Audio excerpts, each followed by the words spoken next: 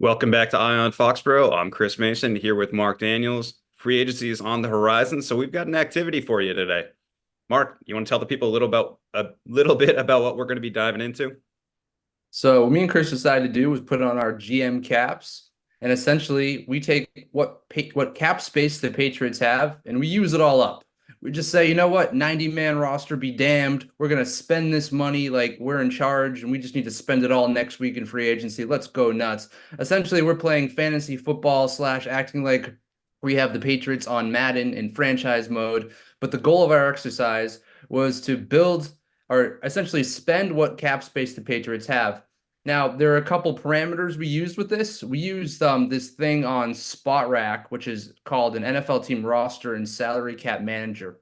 Essentially, it allows you to sign players, cut players, trade players, restructure players, and it fills out the cap space to let you know how much you have left. So the goal of this was for us to spend all the cap space, not go over, and essentially act like de facto GMs. Now, what we did wouldn't work because we certainly don't fill out 90-man rosters, but we wanted to give you guys an idea of what we would do. Now, when it comes to the salaries, what we did was we used Spot Rack's market projection. So if a set of players market projection was 6 million, that's what we signed the player to. So we're going to get going and sort of go by position. And Chris, I'm just going to start off the top with quarterback.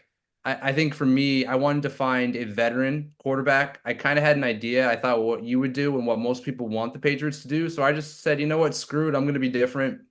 I signed Gardner Minshew to a $5.3 million contract. And the reason I did this, I'm essentially pretending like I'm the Colts a year ago. The Colts brought in Gardner Minshew to be their backup. They drafted Anthony Richardson in the first round, and their plan was to have Minshew be the backup. And it worked out for him because when Anthony Richardson got hurt, Gardner Minshew stepped in and won 7 games. So for this exercise, Chris, Gardner Minshew is my backup quarterback slash bridge starter. I did go with conventional wisdom here, and I took Jacoby Brissett instead. Where when you say the Colts did that with Minshew last year, I don't know that Minshew was supposed to be a mentor of any sort, and I don't know what his relationship was like with Anthony Richardson. I want a guy to come in here that's going to help the new kid along and mentor him, and I think Brissett fits that bill better than Minshew at this point. And there's a reason that Minshew's hitting free agency again, right? And it's not the Colts saying we really like this situation, we want to keep this going forward. He's a free agent now because of that, essentially. So I think Brissett is a much better fit in that regard. I have him at a $5 million deal for 2 years, and I think he's the perfect bridge to the rookie quarterback. Jacoby Brissett is the best fit out of everyone. I think my argument for Minshew is I think he's a better player. But I hear you. Jacoby Brissett would be a knockout for the Patriots. I think it was Doug Kyed last year in Germany said that Minshew plays kind of like a squirrel in traffic. That's what he looks like in the pocket, and that's what I see when I watch him play now every single time. It's like he just looks like a squirrel darting around everywhere. Yeah, Where I think he does. Brissett is more composed. Minshew might have a higher ceiling, but either way, we're in the same ish boat on that. What are you doing at wide receiver? So wide receiver, we might be on the same page here. The Patriots need to make a splash. They need a weapon. Elliott Wolf said they want to weaponize the offense. Gerard Mayo said they want a guy people have to double. Chris, there's only one player available who does that. It's Calvin Ridley. I Yep. signed him to the Spot Racks market projection of 17.5 million. I would do that in a heartbeat. Now, there's a part of me that thinks Calvin Ridley gets over 20 million, but this is the guy who'll come in, he'll draw double teams. He's someone teams have to account for, and he's a number one receiver. Calvin Ridley is a Pro Bowl receiver. He's the only Pro Bowl receiver in free agency. For me, this is clear and obvious for the Patriots. Prioritize Calvin Ridley, man. They need him. They really need him. And even for the purpose of like this exercise where he might get over 20 million, but his cap hit won't be over 20 million next year based on the like multi-year deal. So yeah, I have him at the 17.5 number two. I think he's a no-brainer. Some people are saying, well, he's not a real number one. It's like, okay, the Patriots don't have a real number two. Like getting No. him automatically upgrades your receiving core. And at wideout, I also re-signed Kendrick Bourne here Oh at yeah. the he's at a 4.8 AAV, which I think is very palatable. I think that's probably realistic for what he's going to get. I think there's a little bit of pie in the sky going on with what he might see in free agency from his camp, where he's coming off an ACL. You can't pretend that ACL tear didn't happen. So I Right. like Bourne at that value and brought him back.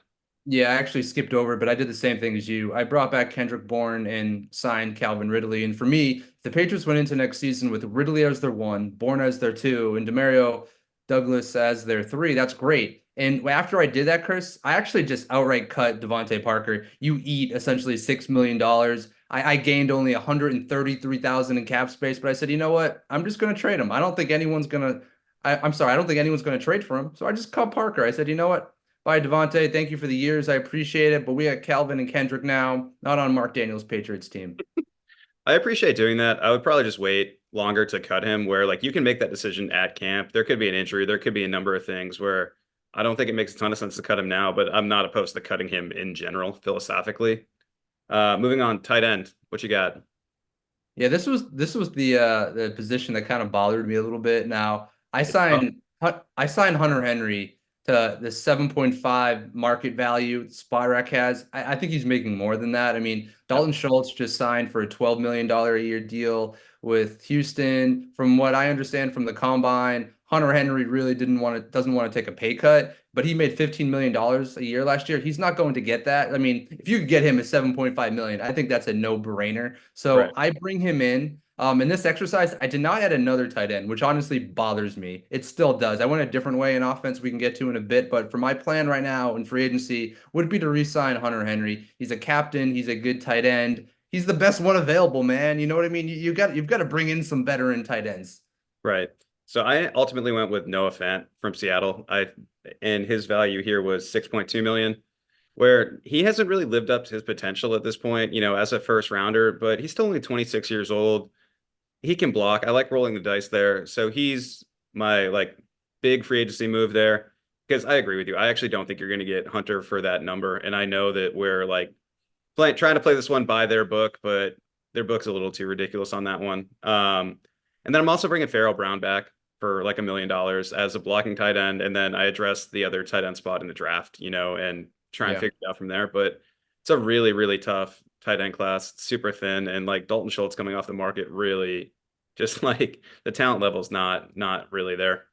Yeah, the Patriots are probably going to have to add a couple veterans here. I mean, I heard last week they thought they were close to Farrell Brown. We'll see if that gets done before free agency, but they need to do a couple moves there. Right.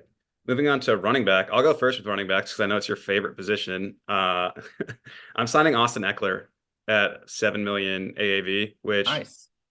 it's kind of expensive for running back for my liking, but he is a pass catching back. He's had seasons where he's been ridiculously productive there. And I think a pass catching back paired with Ramondre Stevenson is going to be very helpful. I think he'll essentially be a young quarterback's best friend, and I think you're going to need that. So, yeah, I'm signing Eckler here. Adding a weapon to the offense, man. I love it. I do something similar.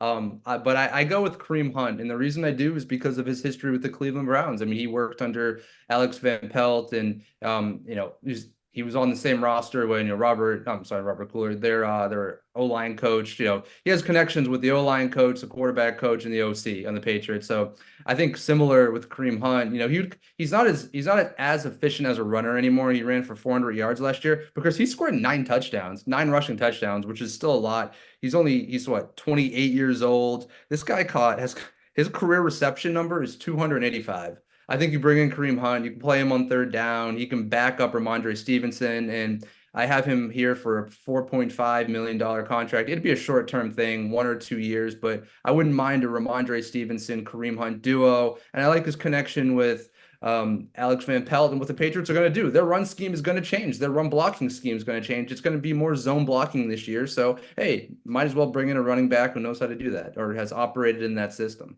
Yeah, and I mean philosophically, any running back deal you get in free agency is going to be a short-term deal, right? Oh, There's yeah. there's nobody really going even 3 years for a running back in free agency. So that's just kind of the nature of it. What are you doing on the offensive line? Yeah, this is a big one, man. They have to spend some money. I mean, the first move is an obvious one. Spotrac has Michael Owendo's market projection for 13.6 million. I jump at that. I think Mike could make more than 13.6, but for me, nailing down Mike Owendo was really the first thing I did. It's the number one priority. They need a right tackle. And at left tackle, I went with Tyron Smith, 7.4 million. It'd be a short-term contract. Now listen, Tyron Smith is 33 years old. He's not always healthy. he was still earned second team All Pro honors last year, age 33. If you can go into the draft with Tyron Smith on the left side, Michael Winton on the right side, I think it allows the Patriots to draft another tackle high and sort of develop him behind Tyron Smith. I think that's the best plan to go. There's other options out there. Don't get me wrong. I think there's only one other option. But if I was the Patriots, I sign Michael Winton instantly. I mean, honestly, I get it done today, Chris. I want him. I don't want him touching free agency. But then Tyron Smith, a veteran, a guy who can come in and play. And even if he doesn't play 16 games, I think the plan would be to draft someone behind him. Yeah, we did the exact same thing here. And I think Yeah. it feels like basically the only thing they can do in this scenario where you need the tackle help so badly. And this does afford a young tackle time to develop, which is important. And one other thing is like Calvin Anderson's going to come back too. And maybe he plays his way into the mix there, but he's not a sure thing. You have no idea what he's going to give you. So I think signing both of those veterans makes sense. I like Mike at that number would be the slam dunk, right? You do that in a heartbeat. Him at 13. Yeah, absolutely. Oh yeah. You do that for 4 years, whatever you want to make it. Moving on to the defense, were there any major acquisitions that you made there? There was honestly one, and I don't think Gerard Mayo would like my plan at all because I essentially make one big external free agent signing, and it's Chase Young. I give him $13 million a year, and my idea with a guy like Chase Young is I think the Patriots need a younger, promising pass rusher opposite of Matthew Judon, who's over 30 years old, coming off a season-ending injury. So I would target someone like Chase Young. I'd make one big signing on defense. I'd get a legit pass rusher in there, and I think Chase Young would fit well. I mean, even if Matthew Judon is still on your roster, and we could talk about that because he wants more money, I would imagine, right? You're probably gonna have to restructure him. But if you bring in Chase Young, you would have a Judon replacement, whether he's here this year or maybe not the year. You know what I mean? I think they need to sort of find their next generational pass rusher, and they might be able to do it with a guy like Chase Young. I like him. He's a strong player. He'd be good, I think, in Gerard Mayo's system.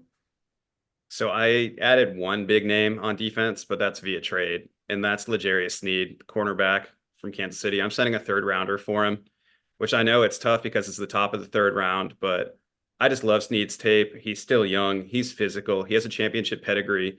I think if you pair him with Christian Gonzalez, you have lockdown corners. You can play man. It enables you to do so much.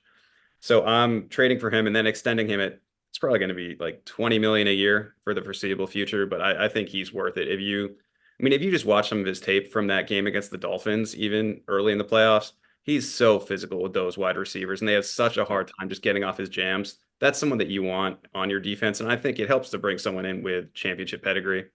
So I'm doing Yeah, that, yeah, and I know people bristle at like trading a third rounder.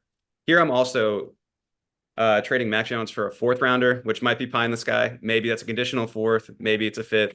But either way, if you get one of those picks back in and there's somebody in the third round that you really like and you have two fours or a four and two fives, you can jump up the board to get a player that you think is an impact player. But ultimately, I think Snead is worth it, and I would pull the trigger on that deal. yeah. I mean, if their secondary was L'Jarius Sneed, Christian Gonzalez, and Jonathan Jones in the slot, they'd be absolutely locked down.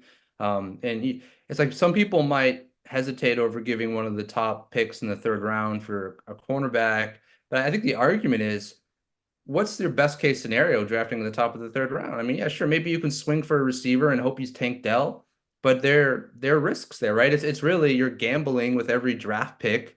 And I don't hate it because you know what you're bringing in, and you get a guy who's in the prime of his career. And I can tell you this: I talked to two sources yesterday. The Patriots have shown interest in L'Jarius Sneed, and there have been some negotiations. Essentially, L'Jarius Sneed and his agent have been allowed to talk to other teams about contract extensions and trade compensation. It all comes down to numbers. If the Patriots are willing to invest that much money in the cornerback position, and if they're willing to give up the type of draft compensation required at this point in time, I was told it was just the Patriots doing their due diligence. Chris, from my understanding, the Patriots will check in with a lot of guys who are on the trade market because you're not doing your job if you don't. So we'll see if anything materializes there, man. But I don't hate it. I mean, their secondary would be very good. And let's look at the quarterbacks, right, in the AFC East. Josh Allen, Aaron Rodgers, Tua. You need a good secondary, man. You would definitely do that there.